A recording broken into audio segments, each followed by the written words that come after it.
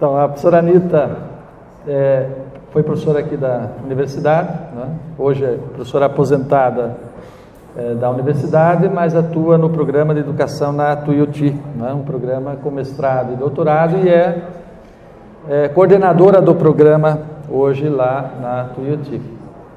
Professora de filosofia política, né? Muitos anos aqui na universidade, tem muitas obras publicadas, né? Na área de filosofia política, particularmente, não é? No autor, que é o Gramsci, que é um autor, não é? De sua especialidade. A professora fez mestrado em educação, doutorado em história e pós-doutorado em educação. E, é claro, fez a graduação em filosofia, né?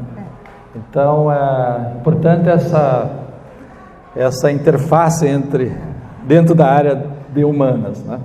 Então, assim sendo, queria destacar também a importância da professora como participante do NESEF nesses longos anos. Eu quero agradecer o convite e quero dizer da minha satisfação em estar aqui. Eu sinto muita saudade desta casa, porque eu vim para cá em 72, tá? Para fazer o curso de filosofia e com uma disposição de estudar metafísica, gente. Daí eu encontrei o professor Emanuel Apio, né? Que começou também a me passar alguns livros muito importantes na minha leitura, né?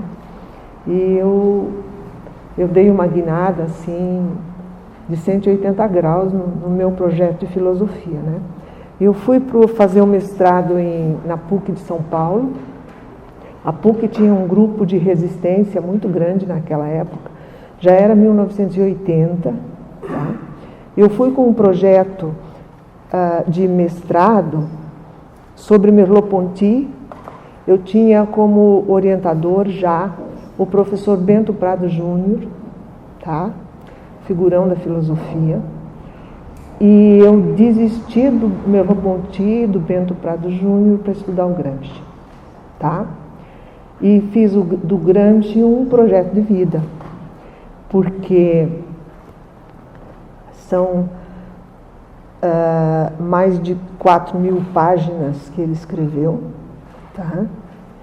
Que não dá para estudar de uma hora para outra, né? E o que é interessante no Gramsci é que, mesmo ele viveu numa época, né, 1916 até 1937, é o período de produção teórica dele. O que é interessante é que muitas das reflexões que ele fez, elas ainda nos dizem muito hoje, né? Em função da sua militância política, em função do seu questionamento, né? Eu estou entrando agora numa fase de leitura do Gramsci, né? Procurando mostrar, por exemplo, né, que a proximidade dele com Trotsky não foi muito pequena, não, tá? Existem muitos elementos no Gramsci que mostram essa relação. Quando eu terminei a minha tese de doutorado em 2001, eu encontrei um livro assim de umas 300 páginas, de um grupo que foi expulso do Partido Comunista Italiano, um grupo trotskista que foi expulso e que reivindicava a influência do Gramsci. E esse livro eu ainda não estudei até agora, porque eu estou retomando a minha leitura do Trotsky, né, que eu fiz, porque a minha leitura é muito multidisciplinar, entende? Eu vou lendo o que eu gosto, né? Então, houve uma época que eu li o Trotsky, mas agora eu tenho que retomar muita coisa. Por exemplo, vai ter um evento em Campinas, agora em agosto, e me pediram para fazer uma análise de um artigo de 1917 do Gramsci, que se chama A Revolução contra o Capital, de Marx, tá? E esse artigo, que existe uma leitura que diz que tem uma influência idealista do Gramsci, né? uma influência do pensamento idealista, esse artigo não é muito importante. Eu encontrei nesse artigo agora, analisando profundamente, a ideia de revolução permanente, gente. Está lá? Ele mostra que a revolução contra o capital foi uma revolução, a Revolução de 1917 foi uma revolução contra uma leitura determinista de Marx, tá? E mostrou ao mundo que é possível queimar etapas, que é possível dar saltos qualitativos, tá?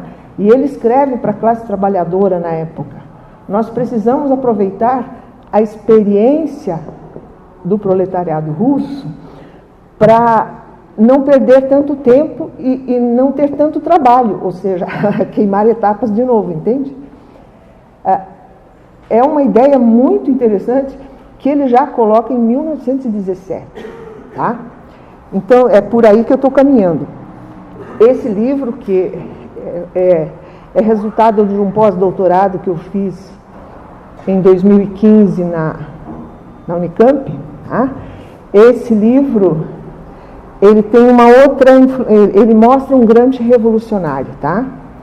Ele tem uma influência muito grande de um intelectual do qual eu tenho saudade, que é o Edmundo Fernandes Dias, tá?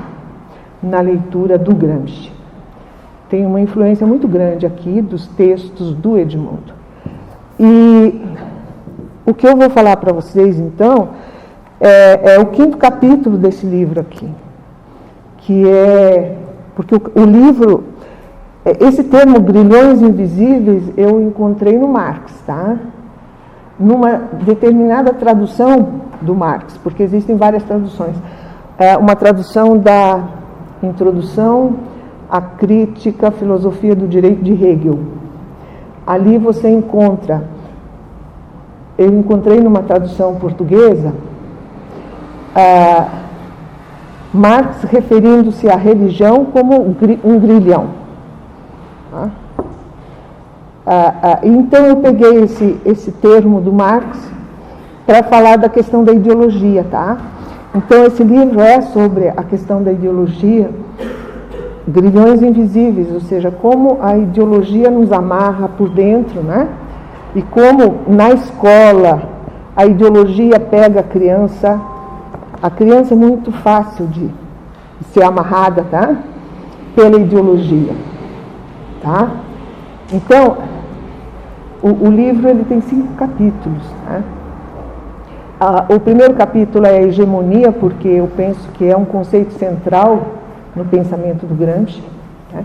Existe uma centralidade da política no pensamento do Gramsci, e esse é um debate que eu tenho com o pessoal que agora está traduzindo o Gramsci na Itália, né? Porque os novos tradutores do Gramsci são filólogos, tá? Então, a questão deles, a centralidade da linguagem no pensamento do Gramsci, e eu acentuo a centralidade da política, tá? A linguagem tem uma dimensão política no Gramsci, tá? E tudo isso é trabalhado no conceito de educação, tá? Você põe para mim o primeiro aqui. Então, a educação no Gramsci, ela tem 2 sentidos. Tem um sentido, né? A partir da centralidade da política, a educação, ela se faz na vida, tá? Nós educamos as crianças e nós somos educados do nascimento até a morte, tá? Então, a escola é um dos espaços de educação, tá? E é um espaço importante para a classe trabalhadora, porque é o espaço onde a classe trabalhadora ela tem acesso aos códigos de interpretação da realidade, tá? Então, o Gramsci, por exemplo, no caderno 12, Cadernos do Cárcere, quando ele critica o Gentili, qual é a preocupação dele com o Gentili e a reforma da educação do Mussolini? É que o Gentili, por exemplo, tirou do currículo escolar a gramática normativa. E o Gramsci, então, se revolta, ele diz: a gramática é muito importante para que as pessoas tenham condições. Vocês vejam como é atual, nós estamos lutando pela filosofia, né? Ele lutava pela gramática normativa como um instrumento de organização do pensamento e de conhecimento da linguagem para a elaboração de um pensamento autônomo. Tá? Então, ele dizia: não pode tirar a gramática da escola. Tá? Então, nesse sentido, a educação, ela tem... A educação escolar, ela é importante, tá? Mas ela precisa ter esse vínculo, tá? Com a política. Tá? O Gramsci vai dizer que isso está permeando os textos dele, né? Não existe um pensamento neutro, não existe uma verdade absoluta. Tá? A verdade é histórica. Tá? E nós, como professores ou como militantes, nós temos que partir de um pressuposto que é o seguinte: nós acreditamos que a relação, a separação entre dirigentes e dirigidos é natural ou é histórica? Tá? Qual é a nossa proposta de trabalho? Se nós acreditamos que é histórica, nós acreditamos que pode mudar. Tá? E o trabalho do educador é o trabalho de transformar os seus alunos em dirigentes. Tá? É dar-lhes a capacidade intelectual de serem dirigentes. Tá? É essa a nossa função. Tá? Ser dirigente significa desenvolver um pensamento autônomo. Tá?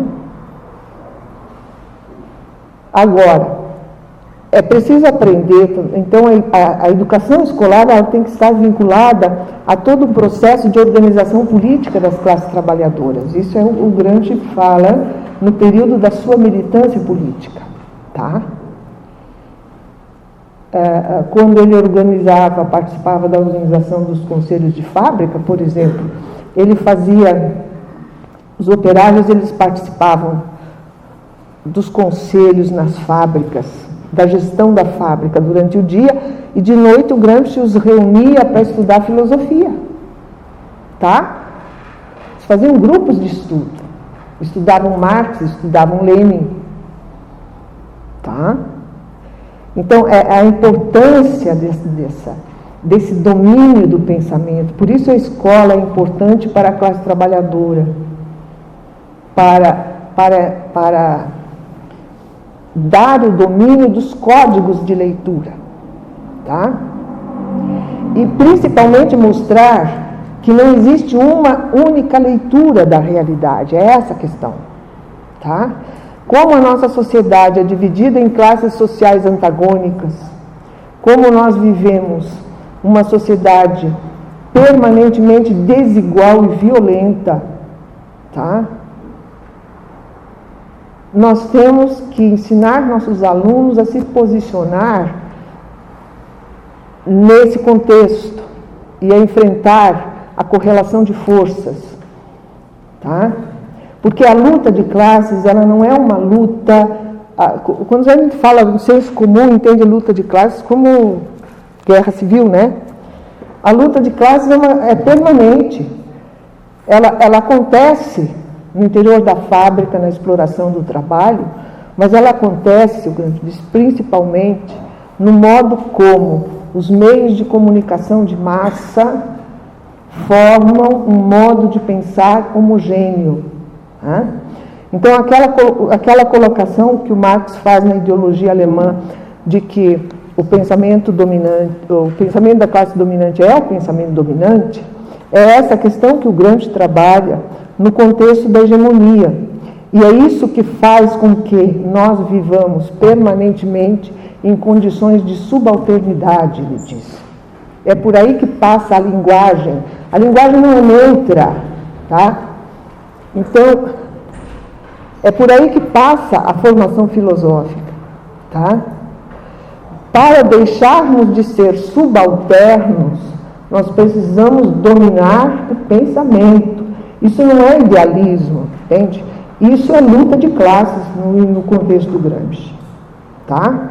Por quê? Porque na sociedade capitalista contemporânea, ele diz assim, a ideologia tomou uma dimensão tal como prática de poder, que é nesse campo que nós temos que lutar, tá?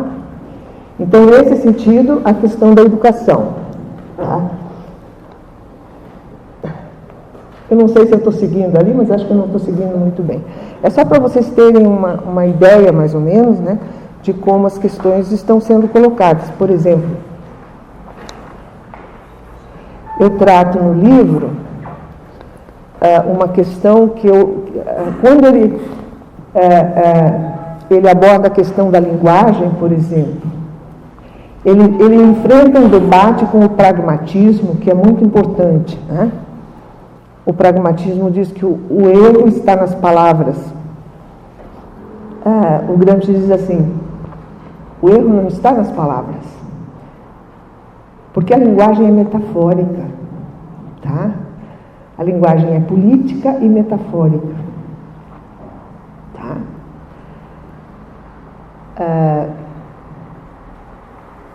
E o sentido, o significado das palavras, ele é histórico, ele vai sendo reconstruído, tá? Isso a gente vê muito hoje, eu coloco aqui num dos slides que vocês vão ver mais em seguida. Existe uma revisão, à medida que o pensamento conservador avança, acontece uma revisão linguística do modo de se expressar, tá? Não sei se vocês notaram, o pensamento politicamente correto, ele dilui o conflito de classes, tá? Não se fala mais, por exemplo, quando os governantes, eles não falam em fome, miséria, pobreza, eles falam em, assim, indivíduo privado de sustentabilidade. Isso é o pobre. Isso é politicamente correto, gente. Eu tinha uma aluna lá que estava fazendo uma pesquisa da educação no sistema carcerário, né? E ela trouxe uma porção de dados estatísticos muito importantes sobre a população carcerária, né? 90% de pobres e negros, analfabetos, né? Que estão lá em prisão preventiva, que se torna quase prisão perpétua, e assim vamos nós, né? Mas ela não se referia a eles como encarcerados, prisioneiros. Ela dizia assim, os indivíduos privados de liberdade. Tá? Esse é o discurso politicamente correto, né? Existe toda uma revisão hoje, por exemplo, da ditadura militar.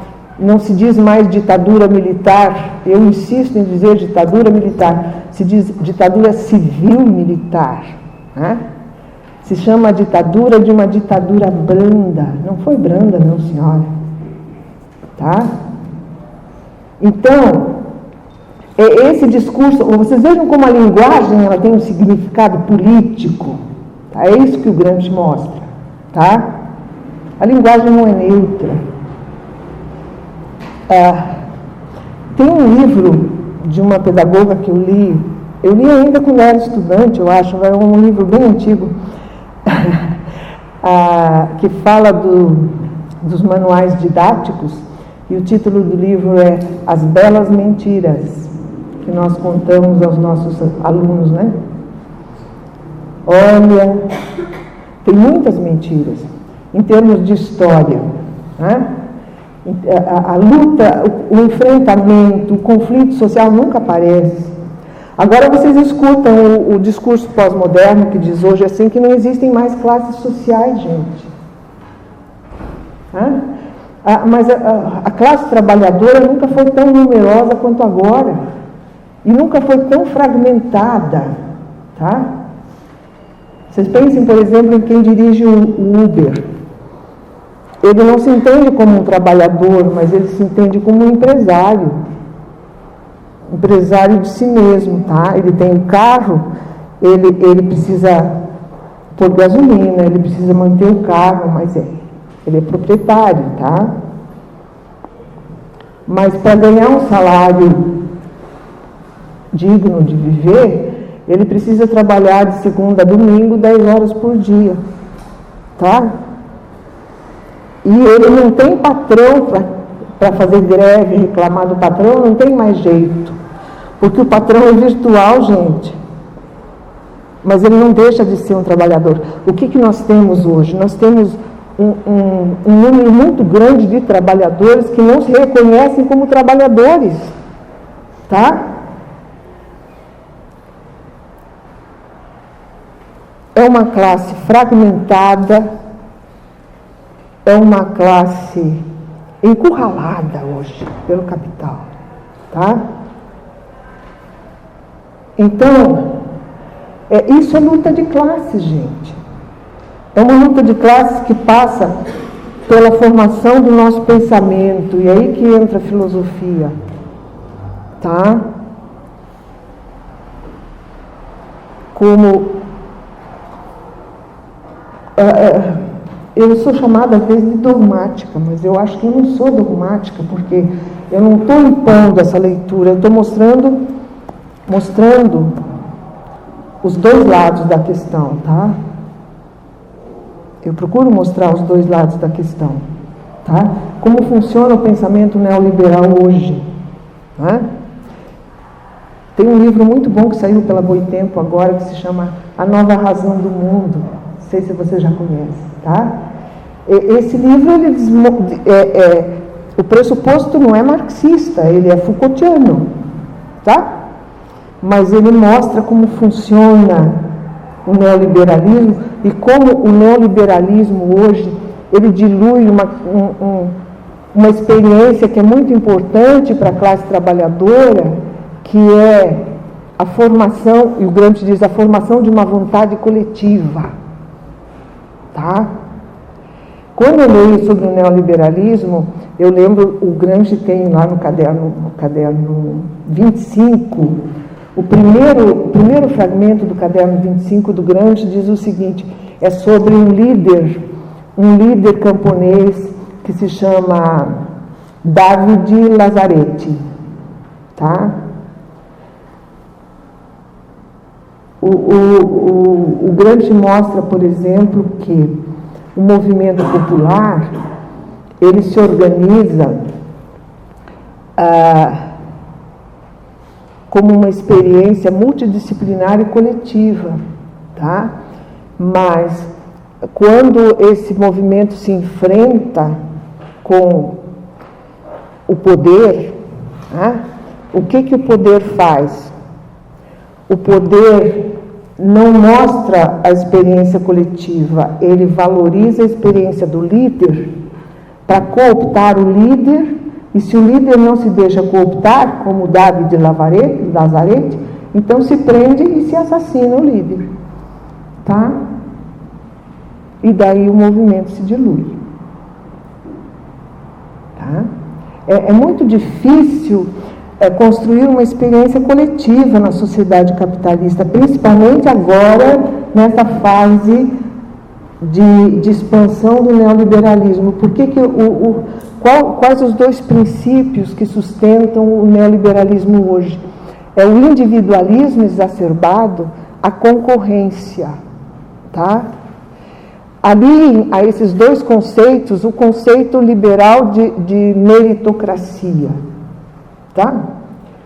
Então, as pessoas, elas, dentro dessa nova reestruturação do trabalho, elas são concorrentes entre si, tá?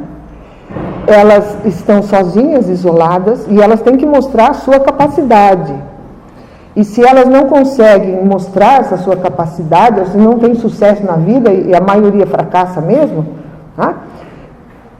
A culpa não é da sociedade, dos meios sociais, é individual, gente. Tá? Isso é luta de classes, isso dilui a nossa força de organização política. Tá?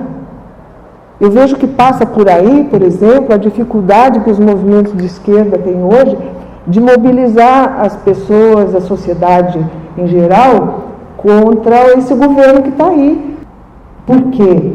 Porque eu penso assim que os movimentos de esquerda, eles estão muito ainda ligados àquela estrutura partidária.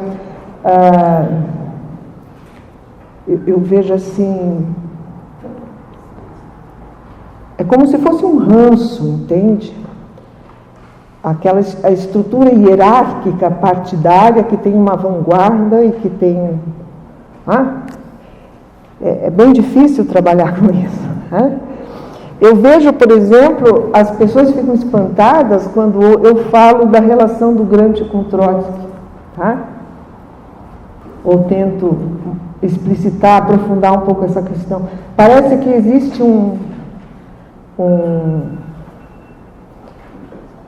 Ninguém fala do Trotsky, gente. Ele foi um revolucionário. Assassinado pelos stalinistas. Não sei se vocês conhecem aquele livro. Tem uma questão aí nesse livro, O Homem que Amava os Cachorros, que diz o seguinte. É espantoso como ele coloca isso, né? Como é que todos os revolucionários estavam errados e só Stalin estava certo?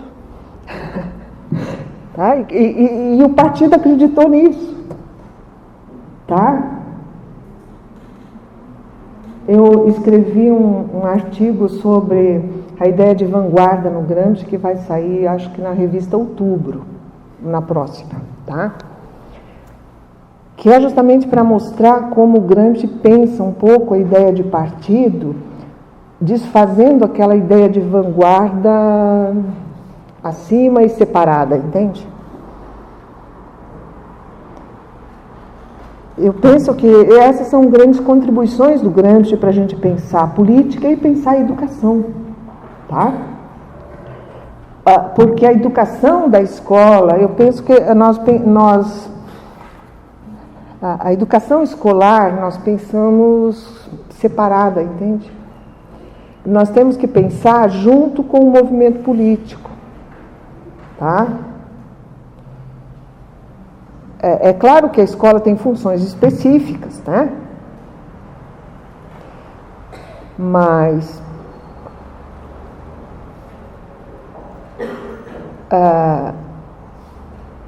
tem uma questão que o Gramsci coloca numa carta. Ele diz assim: como seria a escola se, em vez de a base teórica, se em vez de ter como base teórica a física newtoniana, tivesse como base teórica a física de Einstein? É a mesma coisa que dizer, como seria uma escola que, se em vez de ter como base de reflexão a lógica formal, tivesse a lógica dialética? É essa a questão. Tá? Eu penso que isso é um desafio para os professores em geral, porque nesse momento de conservadorismo, eu vejo assim que nós temos que enfrentar também, não é só formar essa juventude, mas é enfrentar um debate junto com professores conservadores dentro da escola.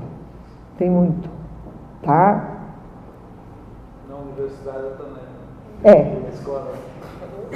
Eu dei um curso onde tinha professores de todas as áreas e tinha um grupo bem conservador, né? E eles me chamaram para falar sobre materialismo histórico, então não tinha jeito de não falar de Marx e Gramsci, né? E esses professores conservadores, de repente, me interrompiam e diziam assim: teoria da conspiração. Daí teve uma hora que eu fiquei cansada, né, com tanta intervenção, né? Eu parei e disse assim: engraçado, né? Olhei assim para eles e disse: engraçado, né? teoria da conspiração é sempre a dos outros. Tá? Pronto, acabei com. Tá? É dos outros a teoria da conspiração. Ou seja, eles são donos da verdade, a verdade é neutra, tá? E não é assim, gente. Então, essa questão eu vejo que é importante e eu vejo que existem muitos professores, né, que se empenham, né, mas são muitas as dificuldades que nós enfrentamos no interior da escola para discutir as questões, né? Não é que a gente quer impor uma ideia diferente, a gente quer tentar discutir as ideias, né? Para mostrar como... Eu penso que é essa a função do educador, né? É essa a função do educador. E aí, por exemplo, são várias frentes, né? A escola sem partido, por exemplo, é uma escola com partido, claro, a gente tem que mostrar isso. É o partido de direita, tá? A gente precisa mostrar isso. Anteontem eu estive em Ponta Grossa falando da democracia burguesa e políticas educacionais, né? Então, eu fiz um contraponto entre democracia burguesa e democracia operária, tá? Porque é incrível que este ano, que nós estamos comemorando 100 anos da Revolução Russa, tá? Ninguém se dê conta que a Revolução Russa foi o maior acontecimento do século XX, tá? Porque foi a primeira revolução de massas da história. Foi a primeira vez que a classe operária tomou nas mãos o poder do Estado para controlar o seu trabalho, para ser dono do seu trabalho. E foi a Revolução Russa, não foi a social-democracia, não. Foi a Revolução Russa que impulsionou o movimento operário do mundo inteiro a se organizar e a lutar por seus direitos sociais. Tá? A social-democracia, eu vejo assim que ela tem uma função desmobilizadora dos movimentos sociais. E isso nós vemos muito na política do PT no Brasil, tá? De que forma a ideia de que se pode conseguir mudar a sociedade com pequenas reformas no interior do capitalismo. Essa ideia é uma ideia que fortalece o capitalismo, isso o Gramsci diz, tá? O reformismo fortalece o capitalismo. É aquela ideia de mudar alguma coisa para que nada mude.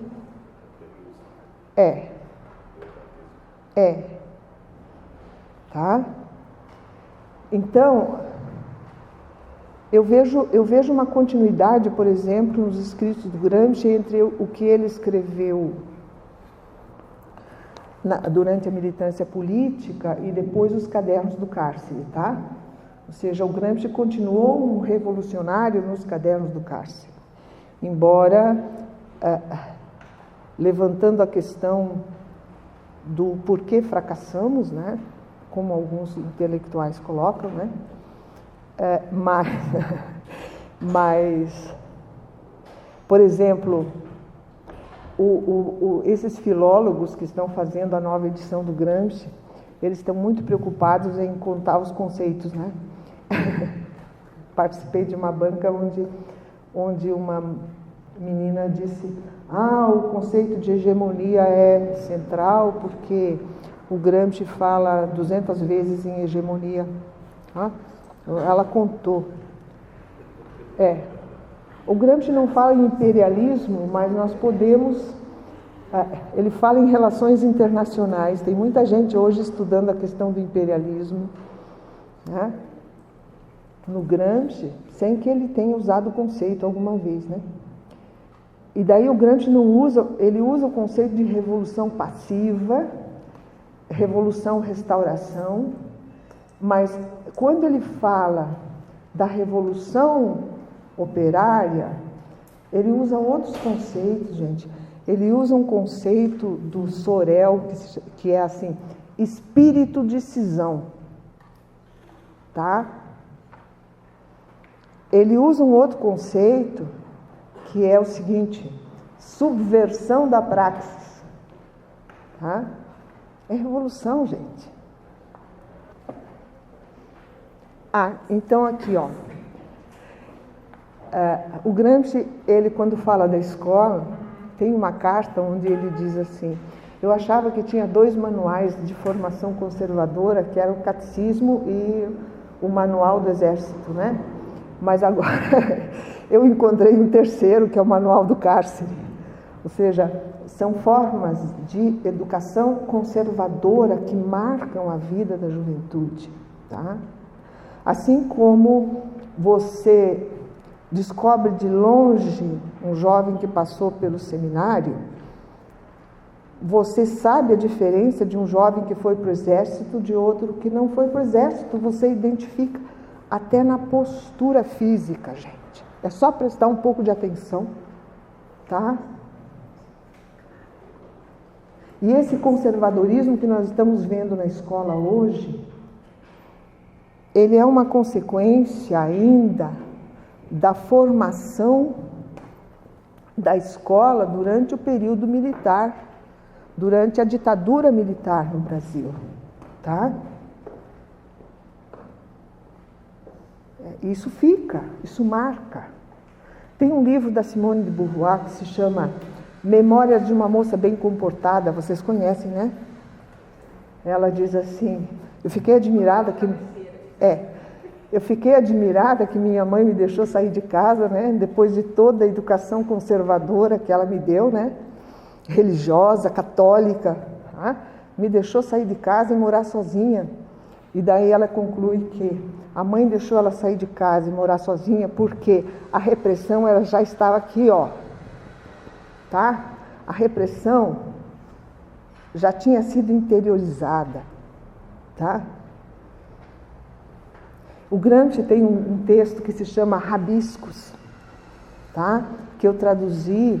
Eu acho, não sei se ele está no livro esse da Secretaria da Educação, né?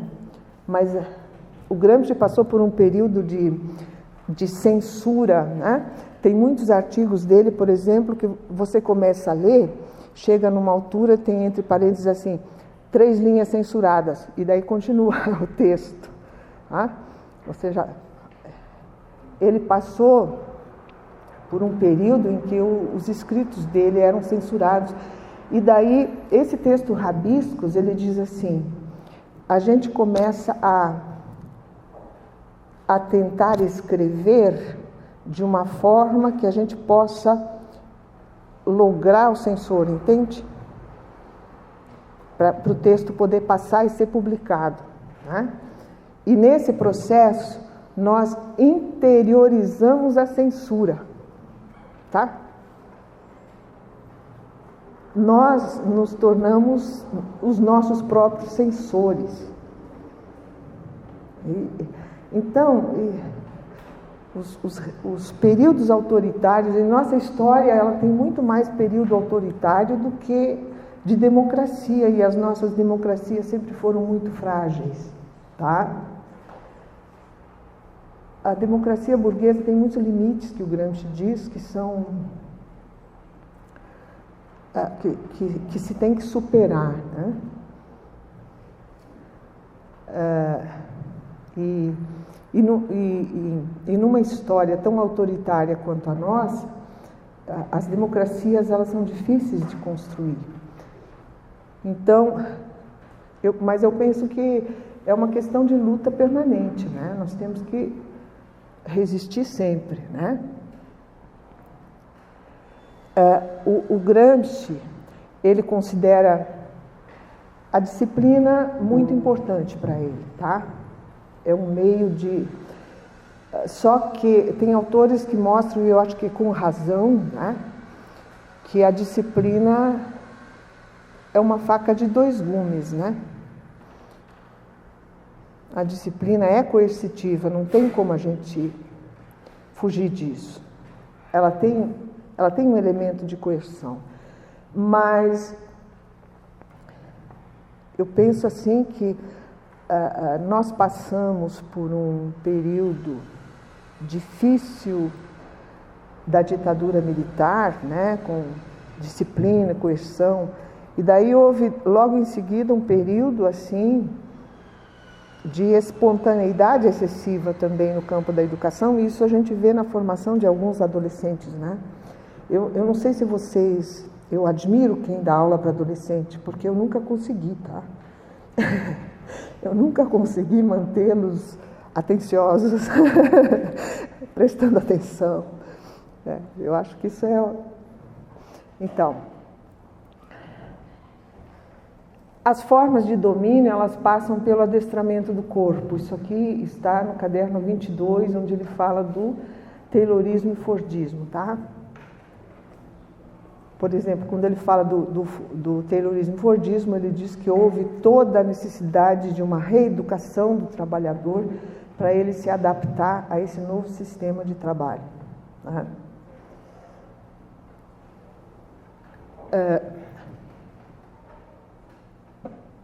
Na racionalização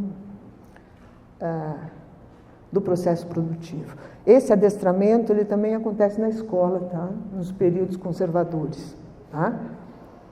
As crianças... Eu lembro da minha escola, tá? A marcha, alinhamento, hino nacional, posição, sentado. Isso aqui. Uma outra coisa, ele fala também da educação sexual, na época do Taylorismo, controle da natalidade, a psicanálise como forma de coerção moral. Essa é a opinião do Gramsci, tá? Tá?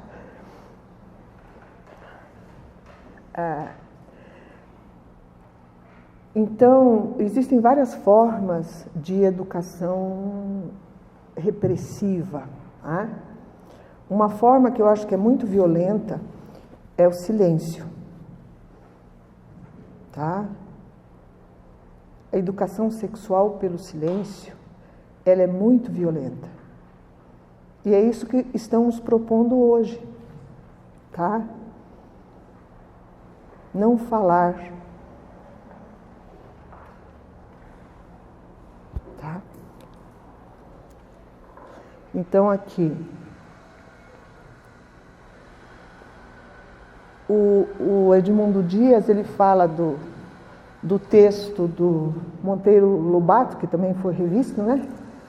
Mostrando que essa revisão, ela apaga formas ofensivas, mas ela tira também o conflito social do texto, tá?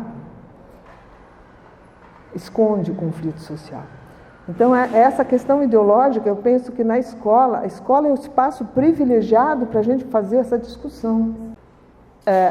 Uma questão que eu acho importante discutir na escola é a questão da violência, gente.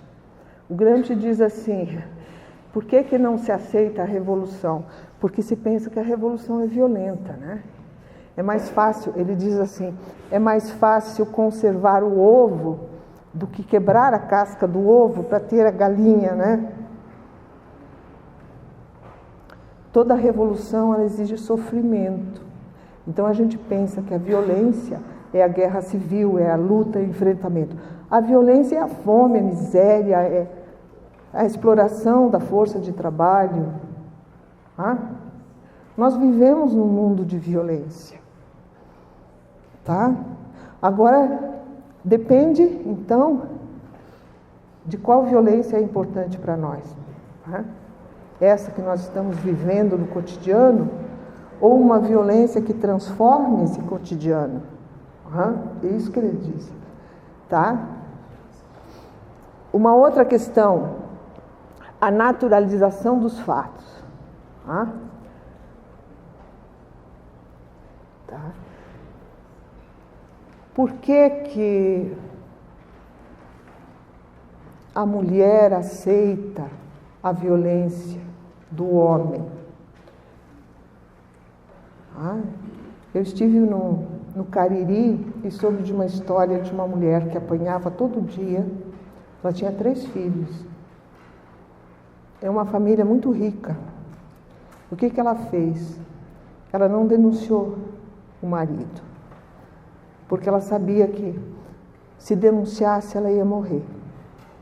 Tá? O que ela fez? Ela criou as condições de fugir para um lugar onde ninguém pudesse encontrá-la.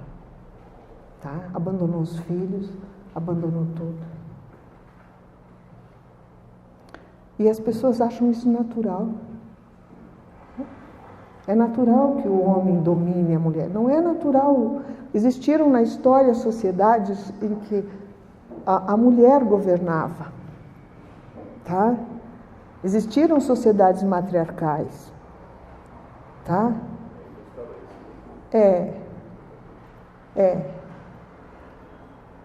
O Engels, né, trata disso. Mas eu penso que então é a naturalização dos fatos. Por isso é importante valorizar a história. Tudo é histórico. E por isso tudo pode mudar, o Gramsci diz. Mas o mais importante é o seguinte: todo historiador é um político. E toda história, isso ele diz no caderno 10, gente, toda história é história contemporânea. Tá? Ou seja, nós temos que ter presente, né, que nós temos que reinterpretar a nossa história, né, para poder reconstruí-la. É isso em linhas gerais, gente. Eu podia falar aqui um monte.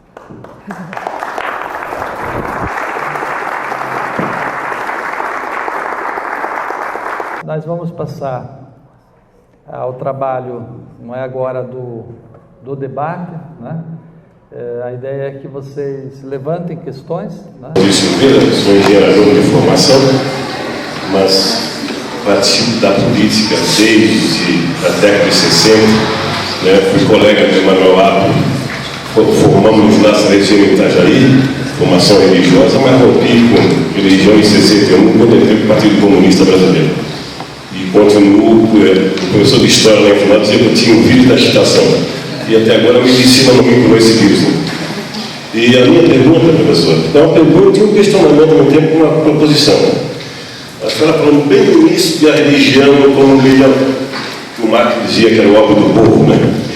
E é dentro desse contexto que eu vou fazer uma colocação. Nós estamos vendo aqui o crescimento exponencial dessas seitas midiáticas evangélicas, pentecostais, né, com bancada parlamentar, né, enganando as pessoas no dia a dia, né, dizendo que vão salvá-las da vida aqui, até material, mas, no entanto, essa bancada é a bancada mais reacionária, né, é a que defende esses projetos de lei contra a lei trabalhista, da desmonte da previdência social, tudo isso.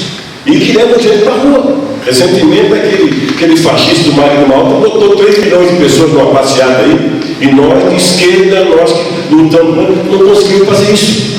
Né? Então eu digo, então é na hora, professor, dentro do esquema da educação, da agitação, porque a educação é agitação, né? É rebuliço. Então, eu acho que está na hora de nós voltarmos essa estudantada na rua, nós que estamos aí na academia, nós que estamos nas escolas, nós que estamos nas faculdades, de começar a fazer panfletos e denunciar, colocar na porta dessas igrejas, por aí à vontade, denunciar essa sacanagem que pastores e bispos estão fazendo contra o povo.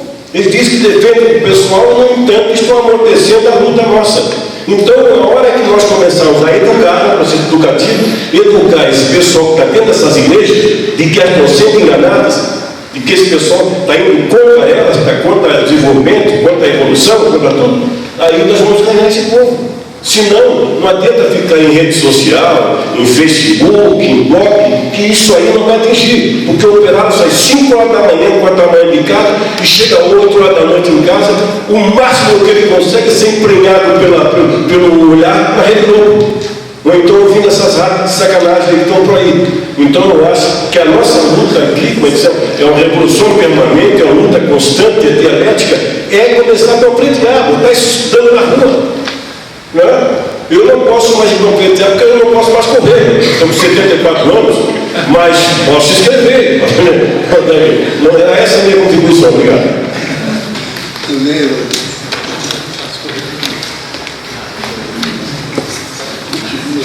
Bom dia a todos e todas. Sou meu nome é Jonatas, sou graduando em Filosofia. Em nome do corpo docente aqui da Universidade, para cumprimentar todos, né, que vieram para esse encontro. Estou muito feliz com a presença de todos.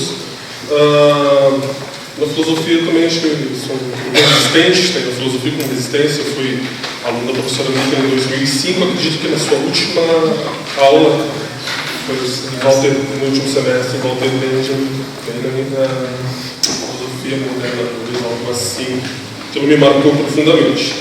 Eu falo da filosofia como resistência porque eu fiquei esses 12 anos afastado da filosofia, não concluí o curso há 12 anos atrás, tinha 20 e poucos anos. Hoje, já formado em gestão pública, retorno aqui, estou estudando com o Geraldo aqui em ciência e filosofia. A minha questão, acho que é fantástico, o conceito que você entrega sobre a linguagem como metáfora, incrível, fantástico, hoje se fala muito, né,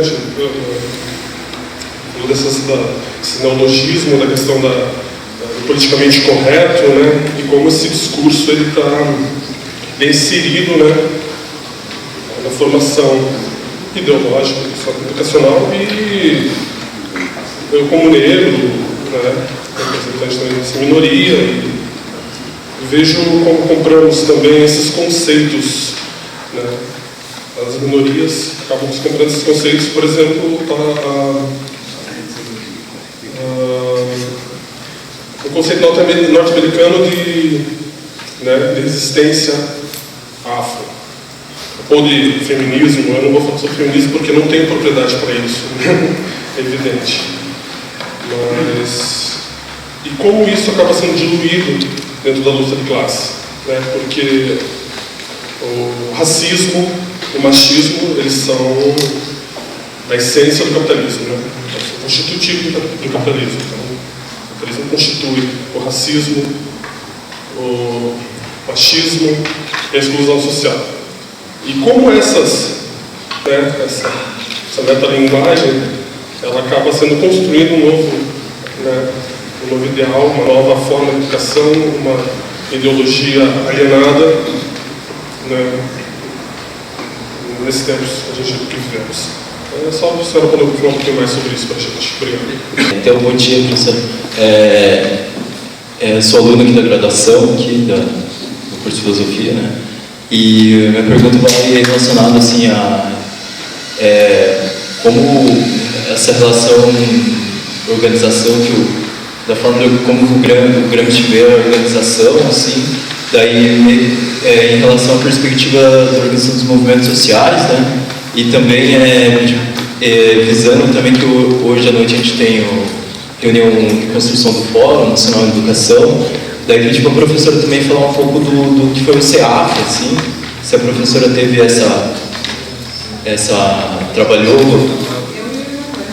trabalhou, se o professor Emanuel também falar um pouco disso, assim, porque, né, e vem em relação a isso também, que daí também como é que seria como é que foi o CEAF,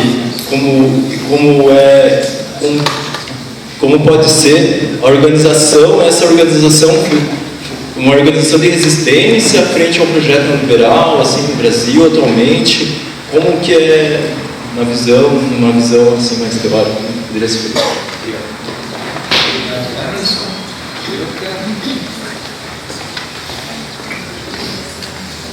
Bom dia a todos, né, a todas, professora Anitta. Bom, a minha pergunta, ela complementa um pouco, né, a pergunta do colega, porque se na verdade a gente tem um discurso politicamente correto, a primeira eu esqueci de me apresentar. Eu sou Gilca, eu sou integrante do grupo do CUPEV e doutoranda em educação pela Uninove. Então, se a escola ela reproduz um discurso politicamente correto, onde a questão é racista e sexista, a gente não vê um enfrentamento, né? Enfrentamento de que eu acho que leva à exclusão de muitos alunos, né? E que poderia, esse enfrentamento, acho que poderia empoderar esses alunos para o enfrentamento de questões que são relevantes na vida deles.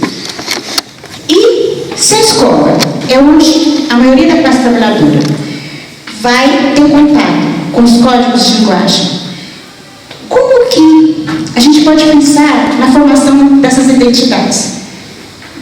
Porque essas identidades são importantes, porque eu falo enquanto pelas vivências que eu já tive, pelas leituras que eu já fiz, pelos resultados das pesquisas de institutos, em que a questão racial e sexista tem que ser enfrentada. E isso também me cria um conflito, porque eu não consigo só pensar mais como trabalhadora, porque eu sou trabalhadora, mulher e negra. Como pensar tudo isso dentro de uma luta de classe? Então, a primeira questão dos grilhões, ela tem dois aspectos aí que a gente pode tratar. Primeiro, as pessoas populares que são iludidas, eu digo iludidas pela religião, elas não se percebem assim, elas estão atrás de uma verdade absoluta, elas estão atrás de uma segurança, tá? Então, o Gramsci tem eu sempre volto no Gramsci porque é o que está mais presente na minha cabeça, né? O Gramsci tem uma questão que quando a gente discute qualquer questão, a gente tem que partir dos dados que a pessoa está pensando e desconstruir esses dados, tá? Isso é bem difícil. Porque como é que você desconstrói uma ideia que a pessoa acredita que é verdade absoluta? Tá? Mas isso você tem que começar do que ela pensa. Uma outra questão, do âmbito da religião, eu vejo assim que a religião, existe uma disputa política entre católicos e evangélicos, tá?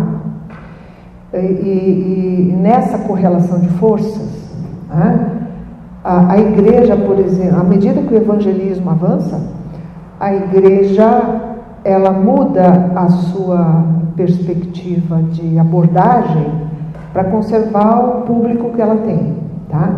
Por exemplo, nós tínhamos um período em que nós tínhamos a teologia da libertação, né? Que tinha uma influência marxista, né? Um pouco, mas tinha, não era muito, mas tinha. Por exemplo, agora saiu, não sei se vocês conhecem a Laudato Si, que é a última encíclica de 2015 do Bergoglio, né? Que é uma encíclica muito interessante porque ele está retomando a teologia da libertação. Mas existem limites, por exemplo, eles mostram, ali na encíclica, ele mostra as contradições sociais, mas não as causas, ele não chega às causas das contradições sociais. Ele não fala implicitamente contra o capitalismo, mas ele não propõe mudança no capitalismo. É essa a questão. Eles chegam no limite e não passam desse limite. Mas à medida que o evangelismo avança, a igreja muda o seu discurso interno para conservar o seu público, entende? Então vem o Opus Dei, foi retomado, né? Como é que se chama essa última? É toda uma transformação, por exemplo, emocional do culto, para poder... As pessoas são muito tomadas pela emocionalidade na religião, tá? Agora, o evangelismo, ele tem uma parte que é, não é todo evangelismo, que é mercantilista, né? Ou seja, existem pastores que são comerciantes, né? Eles estão ali para iludir o povo e enriquecer, isso aí está claro, né? Mas existem pastores que são também corretos, né? Ou ao menos acreditam naquilo que dizem, né? Eu tinha um aluno aqui na filosofia que era um pastor, ele me disse uma vez, isso quando eu dava aula aqui ainda, tá? Ele veio e me disse assim, ele era pastor, estudando Gramsci comigo, né? Não, Gramsci, desculpe, nós estávamos estudando Kierkegaard. E daí ele disse assim para mim um dia, está acontecendo uma grande lambança na religião. Ele falou essa palavra, lambança. Tá? Ele estava percebendo, entende? Como pastor. Então, isso a gente pode entender como relações de força, relações de poder, né? O Gramsci fala, por exemplo, que a escola italiana era disputada pelo catolicismo e pela maçonaria. Tá? As duas linhas que disputavam a formação da classe trabalhadora. Então, a linguagem como metáfora e o politicamente correto, né? O politicamente correto, ele tem que ser combatido e desmistificado porque ele oculta o conflito de classes, ele oculta as desigualdades sociais, ele ameniza os problemas sociais, tá? Eu acho que aí a gente tem que pegar. E a metáfora, ela é importante porque ela possibilita você questionar uma outra atitude que é universitária. Por exemplo, a universidade e o conhecimento em geral, ele se produz na linha de uma especialização cada vez mais fechada, tá? O que nós temos que entender como estudantes e como formadores é que a nossa proposta educativa tem que ser multidisciplinar. Vocês vejam que eu consigo falar de vários assuntos porque eu tenho uma formação multidisciplinar, eu procurei, né? Eu não tenho no currículo uma formação, por exemplo, em ciência política, que eu procurei sozinha, entende? Para poder discutir questões políticas, históricas. Então, nas ciências humanas, essa formação multidisciplinar é muito importante. E você pode trabalhar com a metáfora, tá?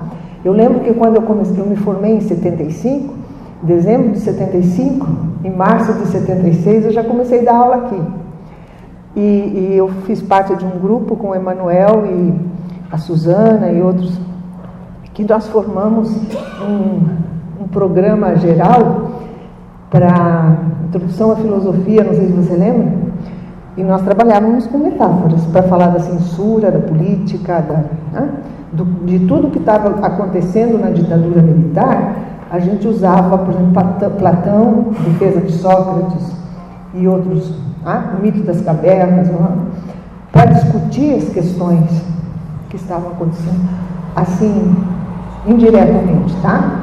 Um trabalho que eu achei muito bom, que eu trabalhei uma vez, uma peça de teatro, né? Sobre a desobediência civil, tá? Então, você pode fazer isso, né? Eu gosto muito de metáforas.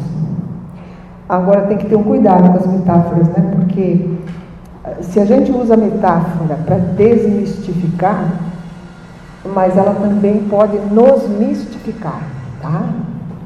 Eu tenho um aluno que vai defender o doutorado agora dia 3 de agosto lá na UTP, eu estou convidando vocês porque a tese dele é muito bonita. A tese dele se chama assim: o voo da águia define a rota do condor. Educação no Brasil de 1930 a 1980. Tá? como ele procura em documentos dos Estados Unidos para mostrar como a nossa educação aqui ela é determinada por políticas e por documentos que vêm lá dos Estados Unidos, tá? Então, eu penso que a linguagem metafórica ela é importante nesse sentido, até para desmistificar o discurso politicamente correto, tá? Porque eu vejo, por exemplo, na educação, muitas coisas que a gente precisa enfrentar. Na área da educação, muitos intelectuais eles vão muito pela moda, né? Vejo ex-marxistas, que se diziam marxistas, porque que agora estão no pós-moderno, né? Eu estou tentando desmistificar, por exemplo, esse semestre eu trabalhei com meus alunos o conceito de realidade empírica, como é que o pós-moderno entende o empírico e como é que nós temos que entender o empírico no âmbito do marxismo. Eu vejo que essas questões são importantes porque o conceito não é neutro. Ele expressa um ponto de vista político. E em relação à CEAF, a CEAF foi um movimento muito forte, nacional, pelo retorno da filosofia no segundo grau.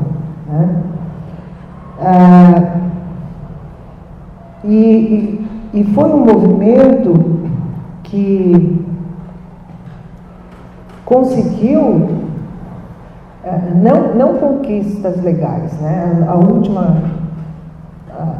Essa última conquista de legalização da filosofia no ensino médio já não tinha mais, eu acho que não tinha mais a presença do CEAF, né? Não, mas a gente tomou vários caminhos, né? De encontros nacionais, de debates sobre o significado da filosofia, o significado político da filosofia, né?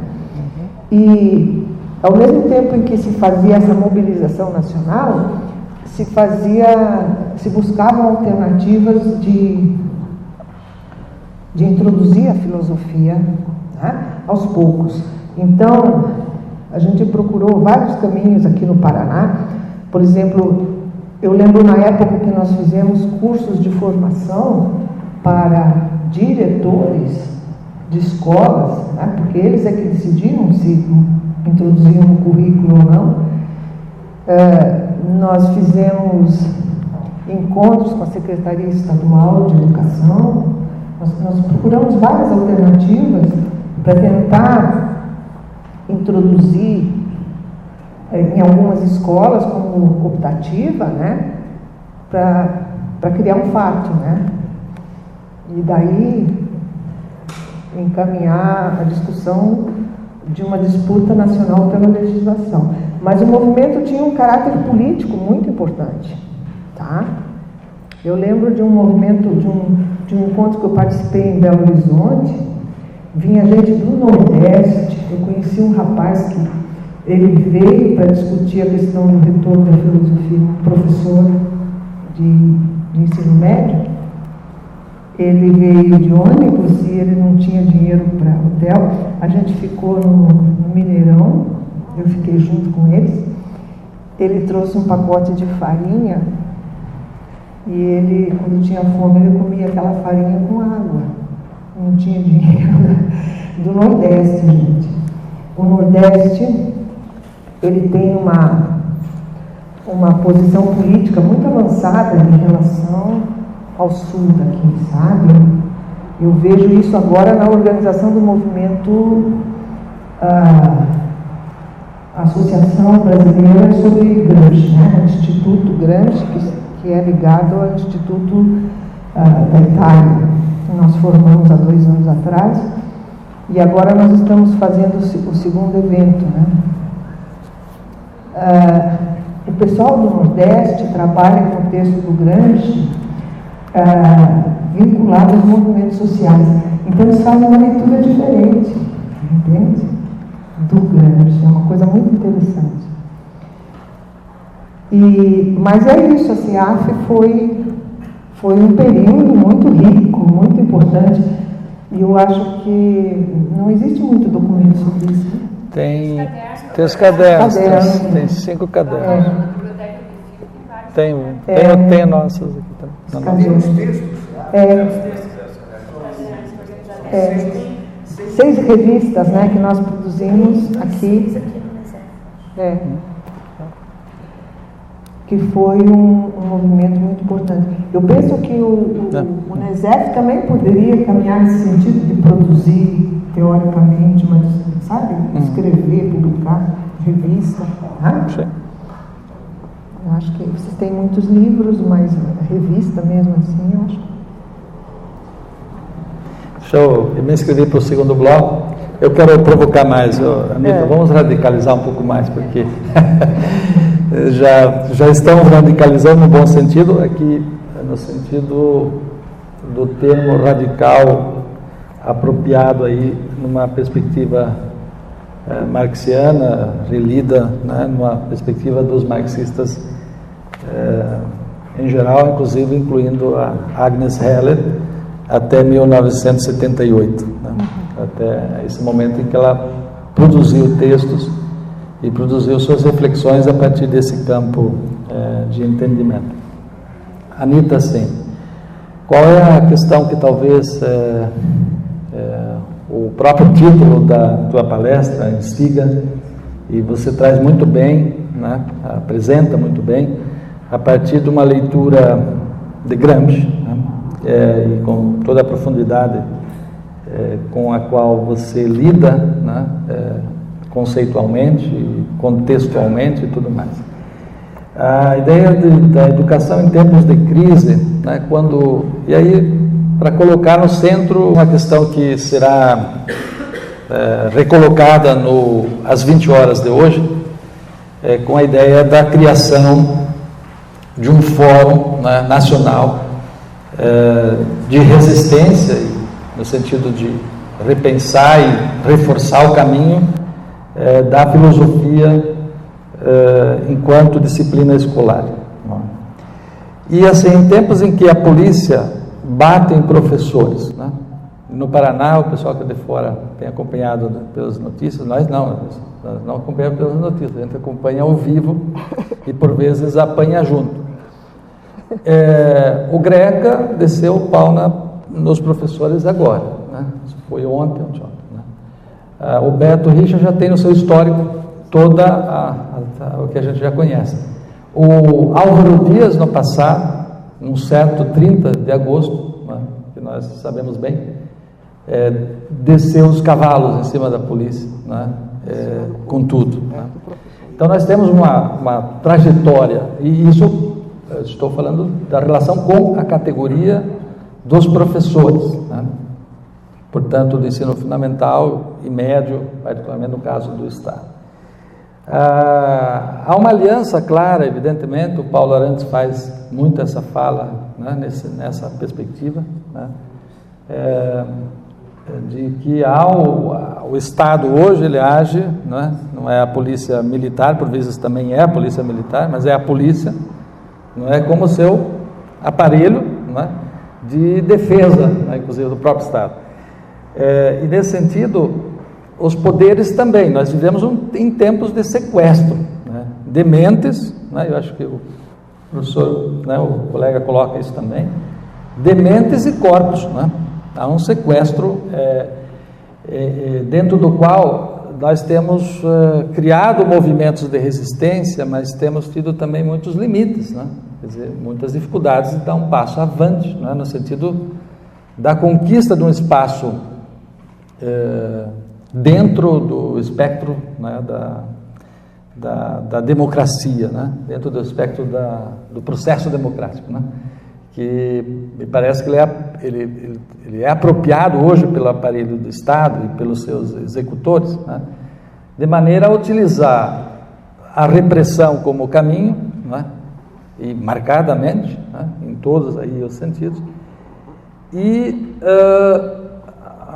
isso à noite também vai aparecer, porque existe alguém aqui colocou e você reafirmou, se a CIA no passado fez o trabalho, né, em relação à ditadura civil-militar, e assessorou, treinou, né, fez todo o trabalho no sentido que tivesse sucesso as ditaduras na América Latina, e particularmente no Brasil nós vivemos isso.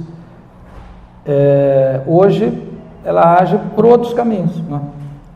A presença dos Estados Unidos, ela é marcada, e no caso brasileiro, não é? Sabemos que, por exemplo, o Uniban, não é? Ele está assessorando o conselho dos secretários de todos os estados, estão em perfeita sincronia, não é? Com o sistema financeiro, não é, nacional.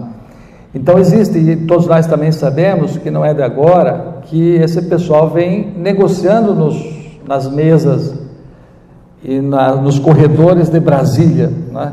Há muito, né?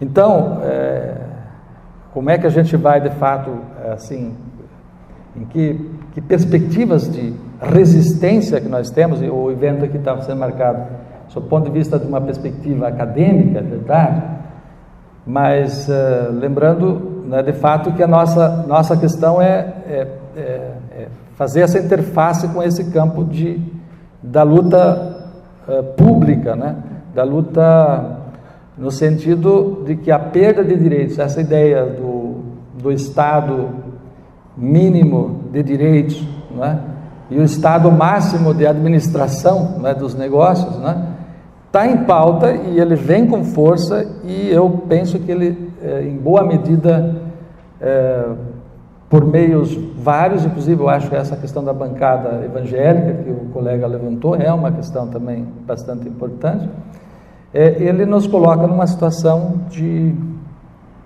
dificuldade de dar um passo avante, né? Por isso eu estou dizendo uma espécie de sequestro, não é, de mentes e corpos, não é?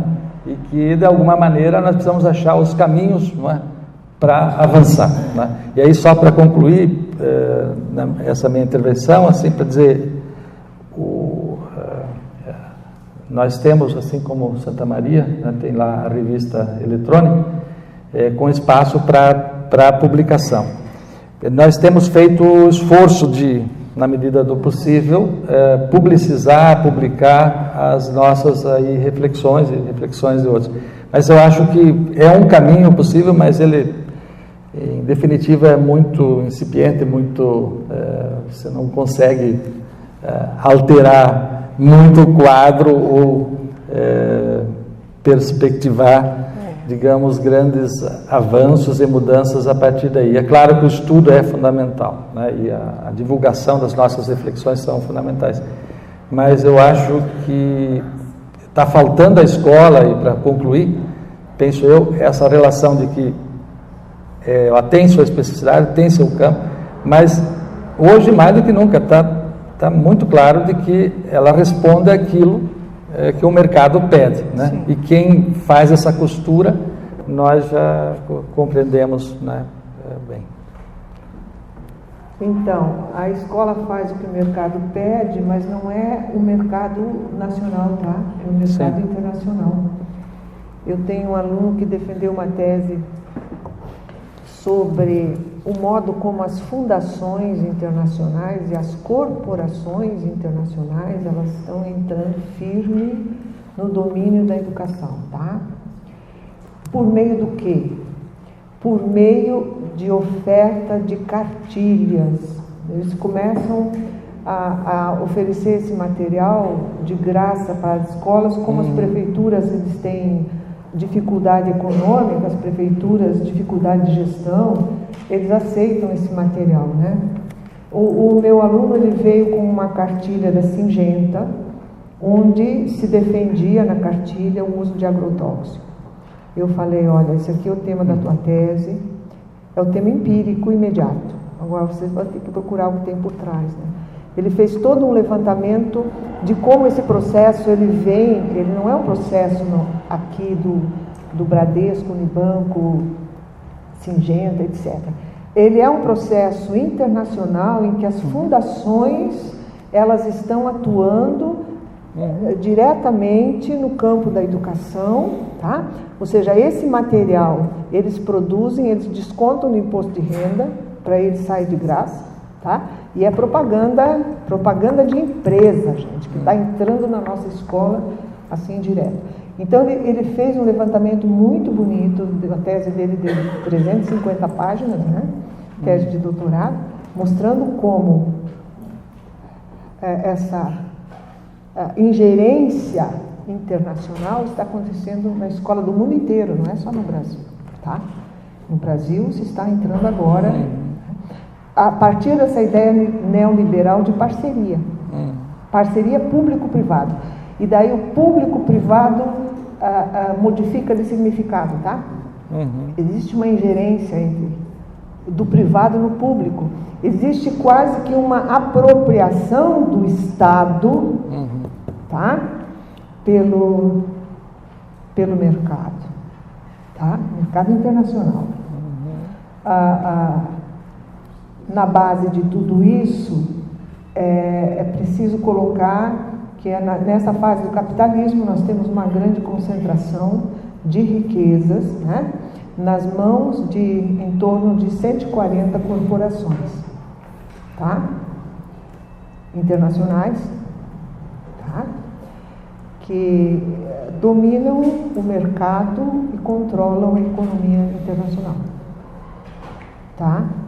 E não são marxistas que dizem isso, são os próprios economistas que trabalham com a economia capitalista, tá? Teu fim, né?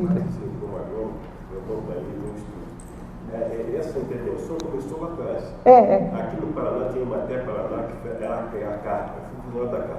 Sim. E isso foi criado pela Fundação Rockefeller, o Escritório Técnico de Agricultura, lá em Viçosa, em Minas Gerais. Foi a primeira CAR Minas, e ele vai vender veneno. Foi lá que começou. Sim. Esse domínio começou na década de 50. A Fundação Rockefeller foi que criou toda essa extensão rural no Brasil. O Roundup. Se diz, por exemplo, que nós estamos numa sociedade do conhecimento, né? Mas esse conhecimento nunca foi tão concentrado como agora nas mãos de poucas empresas, tá? Por exemplo, a Monsanto, ela produz transgênico e vende transgênico além do veneno, né?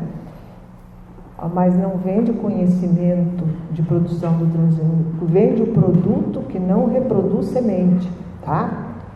A Índia, por exemplo, resistiu muito tempo à entrada da Monsanto na Índia, porque o camponês indiano não queria abrir mão da sua semente artesanal, porque a semente artesanal reproduz. Então, a transgênica não. E você compra semente transgênica uma vez e você fica refém da Monsanto. É essa a estrutura, né, de domínio usando conhecimento. Tá? O meu grande medo agora, porque nessa reviravolta que nós tivemos no Brasil, na base dessa reviravolta está a disputa pelo petróleo, tá?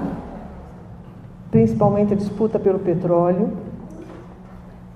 e autonomia, uma certa autonomia econômica que o Brasil estava construindo na aliança com a China e a Rússia, tá?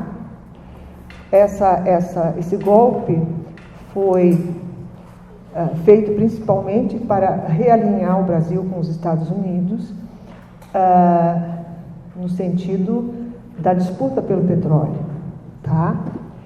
E eu digo mais, o exército americano foi convidado para entrar na Amazônia, né? Que eu acho que é uma indecência esse convite, mas ninguém questiona. Esse exército entrou na Amazônia para desestabilizar a Venezuela, e a Venezuela, a grande riqueza da Venezuela é o petróleo, e se tem petróleo na Venezuela, a gente deve ter na Amazônia também. Eles vão entrar e não vão sair, tá? Ok, mais alguma questão? Se alguém Gostaria? Sim, claro.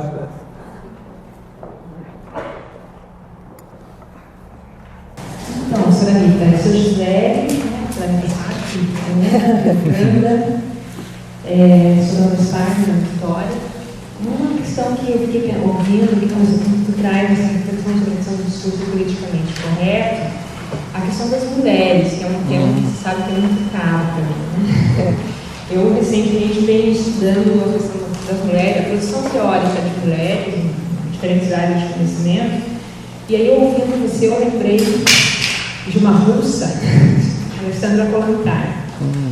A Alexandra, ela foi ministra, né, na época do Lenin, estava no poder, foi a única mulher que ocupou um cargo no ministério, e ela levantou uma bandeira anterior a isso, que ela foi uma das organizadoras da Clara, né, no primeiro congresso de mulheres operárias na Rússia, que é completamente invisibilizada essa história, né, da participação das mulheres na Revolução Russa.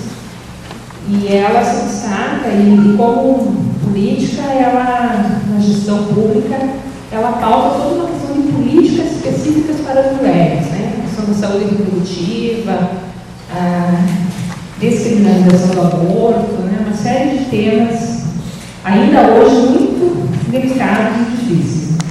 E aí eu queria que você tratasse um pouquinho como que é isso no campo dos marxistas, né? Porque a Alexandra tem textos em que ela está debatendo com os companheiros do partido. Sim. Claramente você vê que são textos que ela está chamando a atenção deles acerca da moral sexual deles, acerca da ética, acerca da cultura burguesa que está inserida, a questão que daí aí a minha inquietude é essa, em que medida o conceito de classe dá conta, por exemplo, da relação público-privado, porque nós, mulheres, temos uma tripla jornada que ainda hoje o trabalho doméstico é o que mais escraviza. Então, sobre nós, essa dimensão cai ainda mais.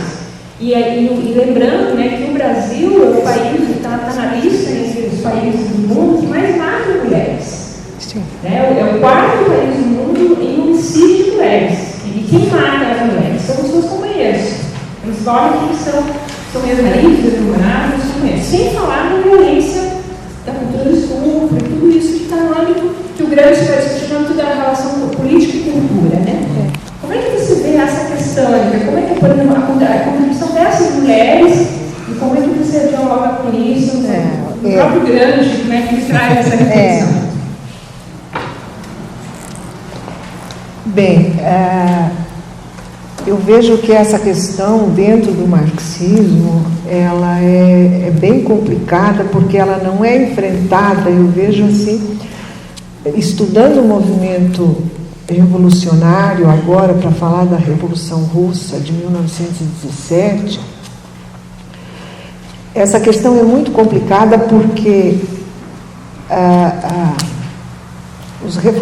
grande parte dos revolucionários, homens, eles separam a questão, tá? Eu encontrei um livro que eu acho muito interessante de ler, um livro só que não foi traduzido em italiano, né? O livro se chama assim, Deste Amor Não Se Pode Saber. Parece um romance comum, né? Mas é o amor entre Lenin e Inessa, uma mulher da alta burguesia russa que se tornou militante, né? Feminista, abandonou a família, os 5 filhos que ela tinha, fugiu 3 vezes da prisão do czar. Terceira vez ela se exilou na França e lá ela encontrou o Lenin, tá? Mas os dois brigavam muito por causa dessa questão. Ela era feminista e ele não queria enfrentar a questão do feminismo, né? E eu penso que muitas outras revolucionárias feministas, elas também enfrentaram a questão, mas essa questão era muito difícil dentro do partido. Eu penso que ela passa por várias discussões, né? A discussão da própria formação da família, a discussão da educação em geral, porque eu acho que esse é um problema muito grande da educação, tá? E que encontra uma divergência muito grande entre as próprias feministas, tá? As feministas que defendem a questão, elas divergem muito entre si. Eu acho que esse também é um outro problema, tá? Mas, então, esse é um problema que na Revolução Operária, ele precisa ser retomado e discutido e aprofundado sempre, né? Porque a questão do feminismo, ela está ligada à questão da luta de classes também. Eu acho que não dá para separar os dois. Queria muito agradecer à professora Anita, né, por ter aceito esse convite, né, como sempre, e ter contribuído, e como sempre também, né, com as nossas inquietações e nossas aí, inquietudes em relação a tudo que está passando hoje nessa relação entre sociedade, educação, conjuntura, e sempre tomada a partir de uma perspectiva fundamentada, né, teoricamente, e a partir da filosofia, enfim. Então, muito obrigado, e à tarde te esperamos aqui, no final da tarde, para o lançamento do livro. Tá bem? Obrigado.